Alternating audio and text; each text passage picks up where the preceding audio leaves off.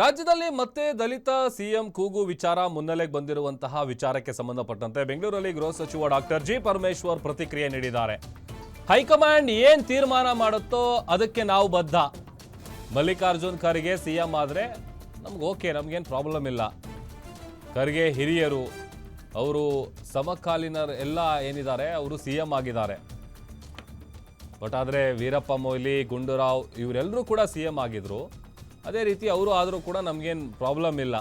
50 ವರ್ಷದ ಸಾಧನೆಯಲ್ಲಿ ಖರ್ಗೆ ಅವರ ಸ್ಥಾನ ಕೊಟ್ಟರೆ ಏನು ತಪ್ಪೇನಿಲ್ಲ. ಅವರಿಗೊಂದು ಸ್ಥಾನ ಅಥವಾ ಅವರಿಗೊಂದು ಅವಕಾಶ ಮಾಡಿಕೊಟ್ರು ಏನು ತಪ್ಪಿಲ್ಲ.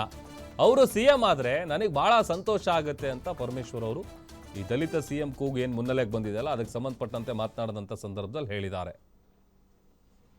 ಹೈಕಮಾಂಡ್ ಏನು ತೀರ್ಮಾನ ಮಾಡುತ್ತೆ ಅದನ್ನು ನಾವೆಲ್ಲ ಶಿಸ್ತಿನ ಸಿಪಾಯಿಗಳ ಥರ ಒಪ್ಕೊಳ್ತೀವಪ್ಪ.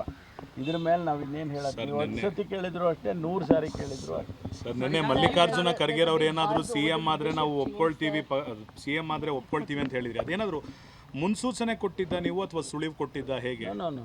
ನಮ್ಮಲ್ಲಿ ಏನು ಒಂದು ಭಾವನೆ ಏನಿದೆ ನಮಗೆ ಅಂದರೆ, ಅವರ ಜೊತೆಯಲ್ಲಿದ್ದಂಥವರೆಲ್ಲರೂ ಕೂಡ ಮುಖ್ಯಮಂತ್ರಿಗಳಾದರು. ಮಲ್ಲಿಕಾರ್ಜುನ ಖರ್ಗೆ ಅವರ ಜೊತೆಯಲ್ಲಿದ್ದಂಥವರು, ಅವರು ಗುಂಡೂರಾಯರು ಇರ್ಬೋದು, ವೀರಪ್ಪ ಮೊಯ್ಲಿ ಅವರು ಇರ್ಬೋದು, ಧರ್ಮಸಿಂಗ್ ಇರ್ಬೋದು, ಬಂಗಾರಪ್ಪನವ್ರು ಇರ್ಬೋದು, ಇವರೆಲ್ಲರೂ ಅವರ ಸಮಕಾಲೀನರು. ಕಾಂಗ್ರೆಸ್ ಪಕ್ಷದಲ್ಲಿ ಸಮಕಾಲೀನರಾಗಿ ಕೆಲಸ ಮಾಡಿದ್ರು. ಅವರೆಲ್ಲರೂ ಮುಖ್ಯಮಂತ್ರಿಗಳಾದರು. ಇವರು ಕೂಡ ಅದಕ್ಕಿಂತ ಹೆಚ್ಚು ಸಾಮರ್ಥ್ಯವನ್ನು ಇರ್ತಕ್ಕಂಥ ಒಬ್ಬ ಹಿರಿಯ ರಾಜಕಾರಣಿ. ನಮಗೆ ಒಂದು ಅನಿಸುತ್ತೆ, ಅವರು ಆಗಿದ್ದರೆ